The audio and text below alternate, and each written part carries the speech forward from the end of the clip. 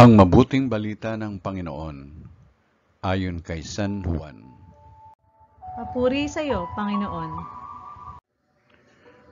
Noong panahong iyon, nang makita ni Jesus si Nataniel, ay kanyang sinabi, "Masdan ninyo ang isang tunay na Israelita, siya'y hindi mandaraya."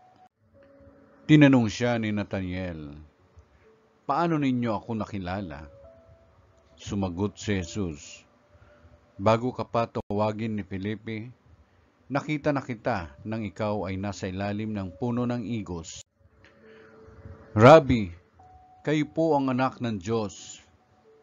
Kayo ang hari ng Israel," wika ni Nataniel. Sinabi ni Jesus, "Nanampalataya ka ba dahil sa sinabi ko sa iyong nakita kita sa ilalim ng puno ng igos? Makakikita ka ng mga bagay na higit kaysa rito." At sinabi niya sa lahat, "Tandaan ninyo, makikita ninyong bukas ang langit, at ang mga anghel ng Diyos ay manhik manaog sa kinaroroonan ng Anak ng Tao." Ang mabuting balita ng Panginoon. Pinupuri ka namin, Panginoong Hesukristo.